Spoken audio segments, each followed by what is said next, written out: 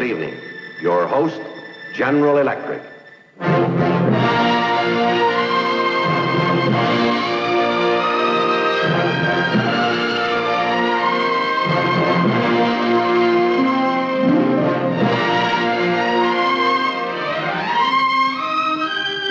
And this is true. On May 1st, 1960, the U-2 incident occurred. Khrushchev sabotaged the summit conference.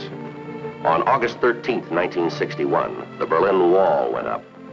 Between those two dates, the Cold War threatened to erupt into World War III.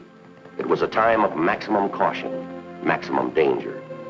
For the next 30 minutes, security risk.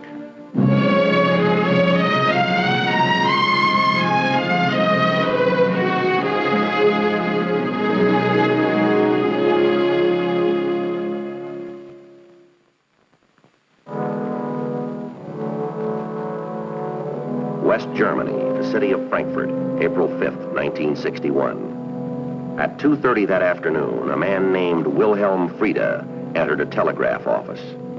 Bitte ein Telegramm nach Warschau. Fräulein Erika Rilke. Erika Rilke, age 26, Polish citizen. The telegram advised her that her only brother was dying in a Frankfurt hospital. George Ellsworth, second secretary to the American Embassy in Warsaw, was the man she turned to. Erika, please don't cry. If it was just a matter of a visa, but you know the Polish government won't give you a passport to leave. If you would ask them, you're an important man. You could say your government. I can't on a personal matter. No, but you can come here when you're lonely. You can take me in your arms and say you love me. That you can do. Erika.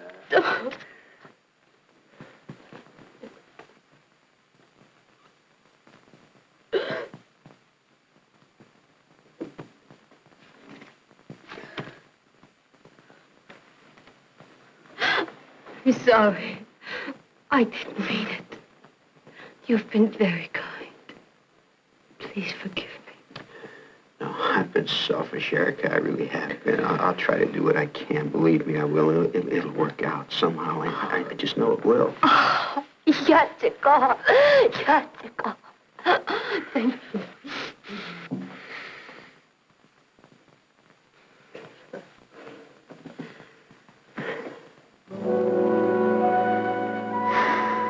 I've got to go to the office now.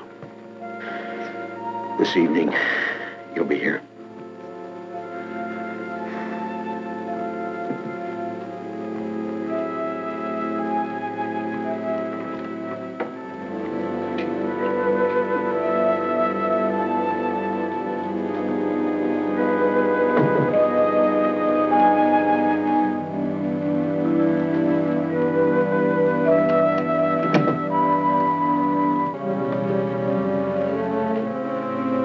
Did you hear it all? Mm-hmm. Let's hope we don't have to play it back for him. Warsaw, Poland, the only state in Europe flanked by the Russian army on both sides. A communist country, a hotbed of espionage. The building of most interest to communist agents, the American Embassy. And especially one room in that building, the file room where all classified documents are kept. Jim Kowalski, a special agent for the State Department, was responsible for the security of those secrets. Thank you, Harry. See you later, Mr. Kowalski.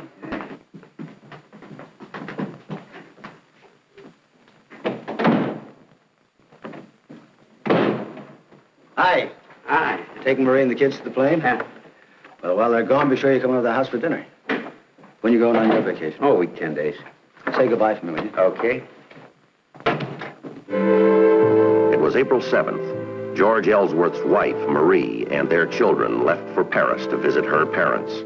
George would be alone in Warsaw for 2 weeks. Then he would join them. At least that was the plan.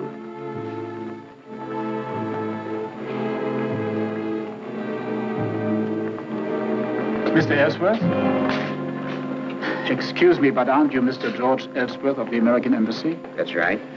I'm Stefan Jarek of the Polish government. Passport Division. Well, Mr. Jarek, what can I do for you? A young Polish girl by the name of Erika Rilke. She applied for a passport. Evidently, she has no family, no one. Hmm? Oh, but I'm detaining you, no? No. Can I buy you a drink? Yes, thank you very much. Naturally, when a request comes from an official of your government, a high official, we choose to cooperate. I don't believe I understand you. Quite simple. You wanted something, we delivered it. Now, Mr. Ellsworth, we want something. Would you like to take pictures with the camera, Mr. Ellsworth? You're wasting your time. Documents, Mr. Ellsworth. Classified documents from your embassy files.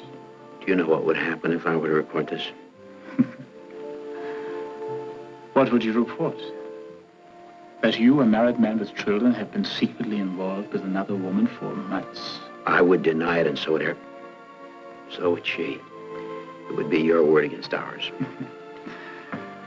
Not entirely. You see, I take pictures too. I have some excellent studies of you and Miss Rilke together in automobiles, on picnics, entering her apartment. Would you care to see them?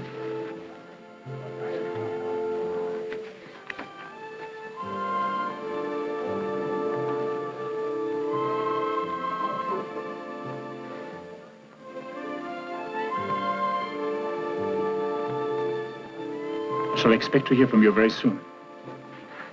Thank you very much for the drink. George Ellsworth was leaving government service on the 1st of June, going back to America with his wife and children.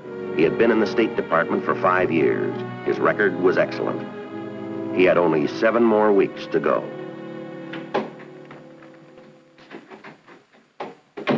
Well, hello, Mr. Ellsworth. Something I can do for you?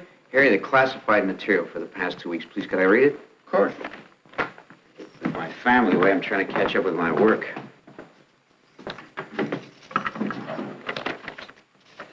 There you are.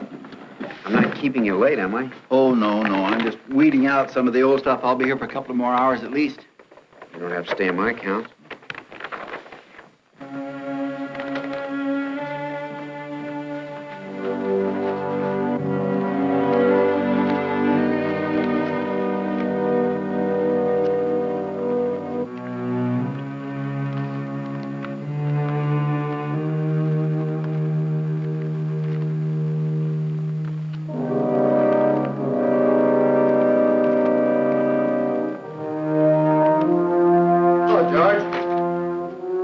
Jim. Harry, how much longer are you going to be? Oh, a couple hours. All right, I'll be back at 8. Check over your daily log. Yes, sir. When are you going to come over for dinner? Oh, one of these nights. I've been busy. Good. Night, George. I do. Harry, I'll be here at 8. Yes, sir. Boy, I must be losing my marbles. Why, what's wrong? I brought the wrong folder and I left my pipe. Would you excuse me a minute? Of course. Be right back. 4 nights after he was approached by Jarek, George Ellsworth photographed his first top-secret document.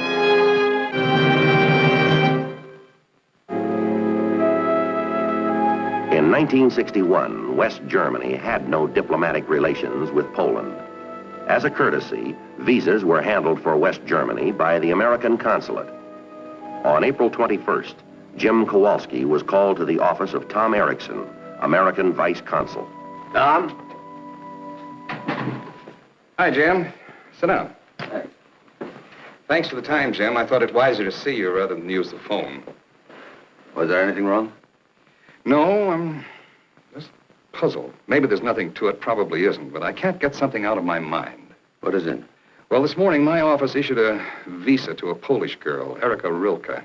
She has a brother in Frankfurt, dying. Here's the telegram summoning her. You think the passport's a fraud? No, I checked. The Polish government issued the passport. But you see, that's what troubles me. It's unusual for the Poles to give passports to young, able-bodied people. Almost unheard of. Why this girl? You think they're sending out an agent? Well, I thought I'd check with you. Maybe you might have something on file. Here's a copy of her passport picture. She's pretty. She have any family in Warsaw? Relatives? Employer? No, but there is one other thing. She knows a man here in the embassy. He escorted her personally through the consulate, hurried the visa through. The diplomatic officials often do that. It's a show of courtesy. This was not a show of courtesy, Jim. He was insistent, almost to the point of rudeness. Who is it? George Ellsworth. Roy, Jim Kowalski.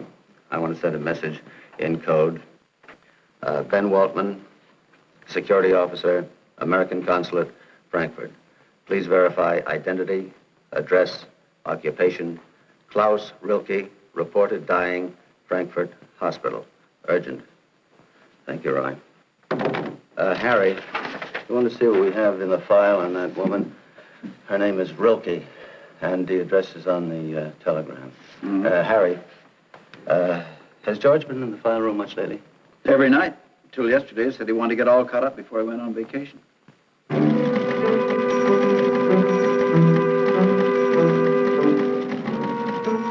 The message came back from Ben Waltman in Frankfurt the next day, April 22nd. No Klaus Rilke in hospital in Frankfurt. Name not listed anywhere. Suggest no such person. Lou?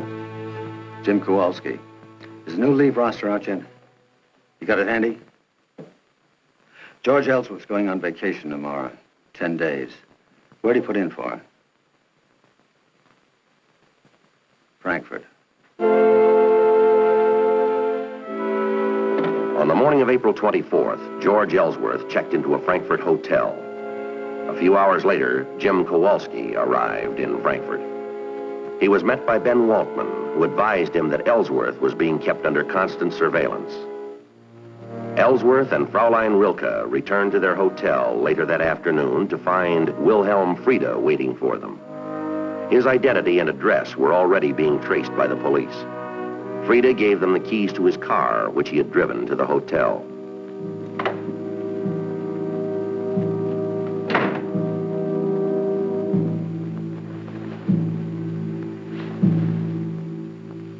Who was that man down there? How did he know I was here? Wilhelm? Whoever he was, what does he know? What did you tell him? Oh, Wilhelm's an old friend, George. He's the one who sent the telegram about my brother. Don't you realize that if they find out what I've done and then they find us here to... Who else did you tell? George. Look, I'm going to go back to Warsaw. You want me to be ashamed? I am not ashamed. When you were lonely, you came to me. And when I needed help, I came to you. Why is that so wrong? Wrong. I'll tell you what's wrong. It's what I did to help you. I betrayed a trust, Erica, not only morally, but legally. George, because you loved me. It's a pretty poor excuse for a married man. Oh, that's the reason, isn't it? It's your wife you're worried about. Not me or your job. It's her. Well, I've got her up to here. Stop it!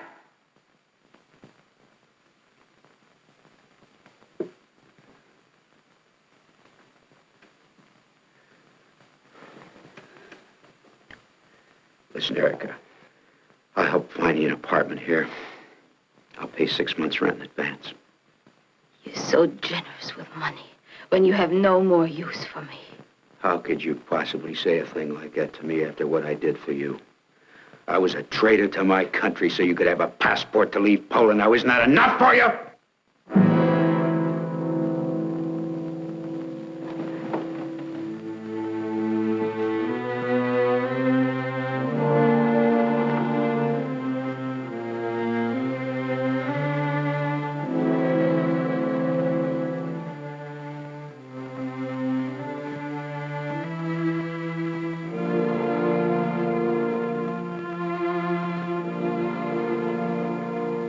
George. George. Don't leave me. Please don't leave me. I don't want to leave you, Erica. I don't want to leave you. But I have to. Just don't cry. Just please don't cry. I was alone. I had no one. I told myself it will have to be that way. Why did I have to meet you? Why? The preliminary report on George Ellsworth identified Wilhelm Frieda. It also included the license number and the description of the car Frieda had turned over to Ellsworth. The Frankfurt police had used the license number to obtain a photostat of Frieda's driver's license. But there were no facts indicating treason or espionage. The Frankfurt Telegraph Company traced the telegram to the office from which it had been sent. The original copy was on file, in the sender's handwriting. Kowalski compared the handwriting and signature to the signature on the photostat of the driver's license belonging to Wilhelm Frieda. They were identical. Why did the Polish government issue a passport to that girl? Unless it was quid pro quo, payment for something. From the girl? No, they didn't do it for the girl. Did it for Ellsworth. What kind of payment? I don't want to guess, Ben. I gotta know. It was April 25th. Jim Kowalski had 5 weeks to find out. He returned to Warsaw, asked for and received a private interview with the American ambassador. He revealed his suspicions and recommended that the security file be desensitized. Recommendation granted. He asked permission that a special camera be concealed in the file room. Request granted. Okay, Harry. This'll pick up anyone sitting at the table. I sure hope it works. It didn't work. George Ellsworth returned to Warsaw on May 4th. He never went into the file room again. On the 24th, Jim Kowalski had one more meeting with the ambassador. There's less than a week left, sir, and there's only one more thing that I can do to confront him with the girl and Wilhelm Frieda in Frankfurt. I'd like to have Ellsworth's orders change, route him to Frankfurt instead of directly to Paris. It's a wild gamble, sir, but I'm gonna have to take it. Request granted. George Ellsworth's orders were changed.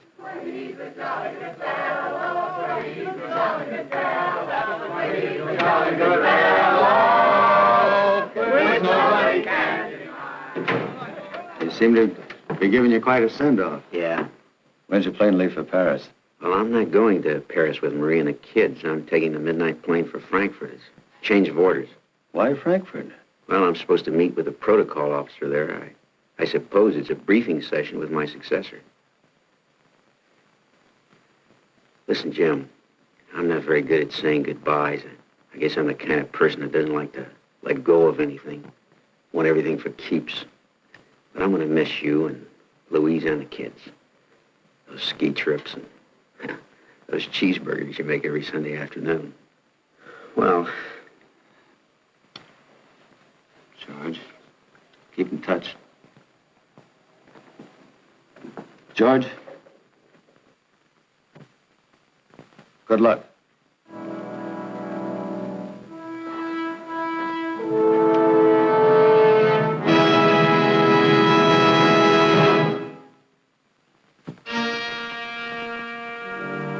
At 9 o'clock that evening, George Ellsworth arrived at the consulate in Frankfurt. He was directed to Ben Waltman's office. Please, sit down. thank you. Actually, Mr. Ellsworth, I'm here because I wanted a few minutes with you. I need your help. A passport matter. Oh?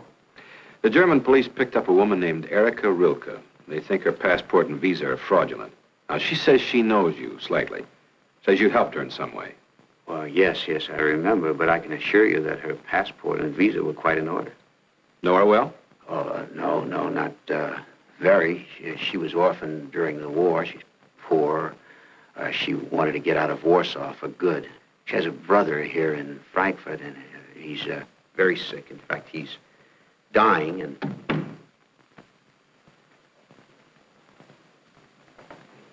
Oh, George. What is this?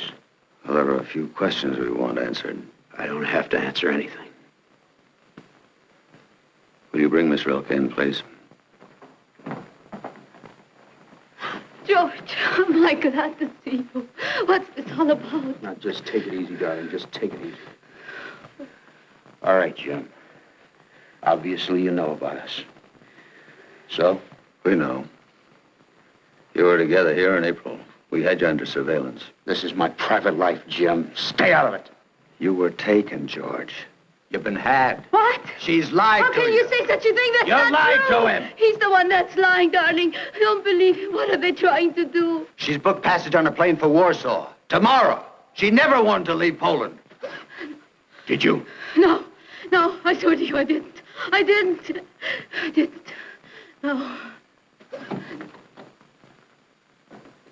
Know this man, George? He sent the telegram to Miss Rilke about her dying brother, and we don't have to prove that. He's admitted it. Du Feigling. Du niederträchtige Sau! Sau! Przepraszam pani, Sau! co ja mógł zrobić? Nie miałem innego wychodziska. Cholera! Powiadam pani, nie miałem innego wychodziska. We've checked on the brother. He doesn't exist. He never existed. You've been had. You were taken, George. George, don't believe it. Oh. George!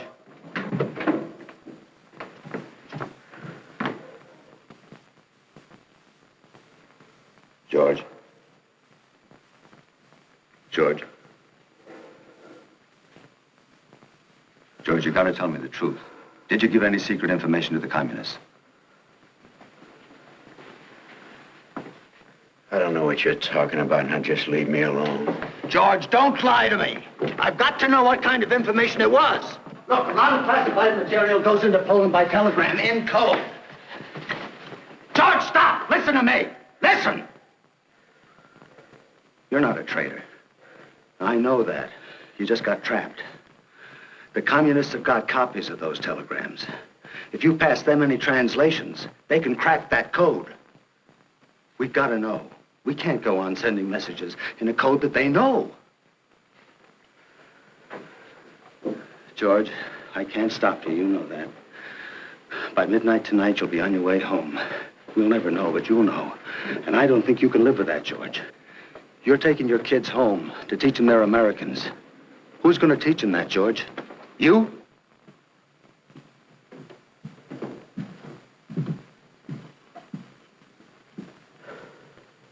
You can't keep it inside you. I know you too well. Sooner or later, you'll tell. And may be too late.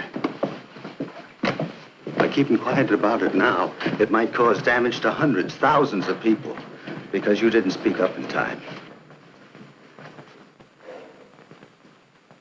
Did you give decoded material to the communists? It takes guts. I know you got them. It happened the way you said, Jim. The way they planned it. A woman, blackmail. I guess I got panicky. I didn't know what I was doing. I thought that maybe once, and then they let me off the hook. But it didn't work that way. I kept getting in deeper. How many documents? 6. But none of it was decoded stuff, Jim. I swear to that. It's mostly material that our local intelligence officers gathered about the communist activities around Warsaw, things the communists already knew. But all they gained was that now they know that we know a lot of their secrets. There was no coded stuff, Jim. You want to go back upstairs, tell it for the record?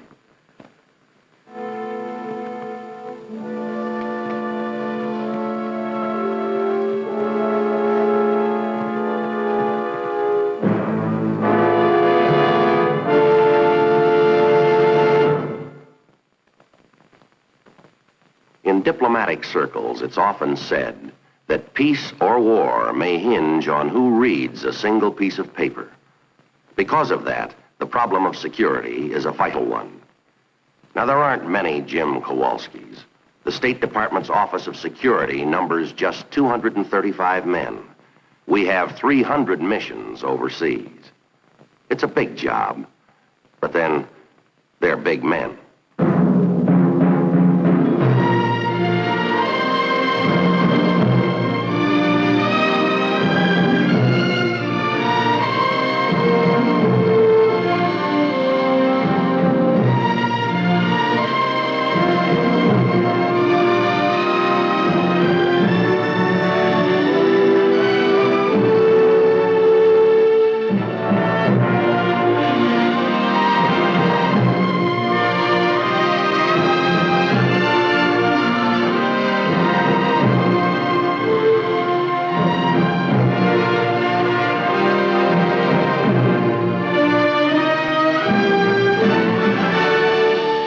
General Electric, progress is our most important product.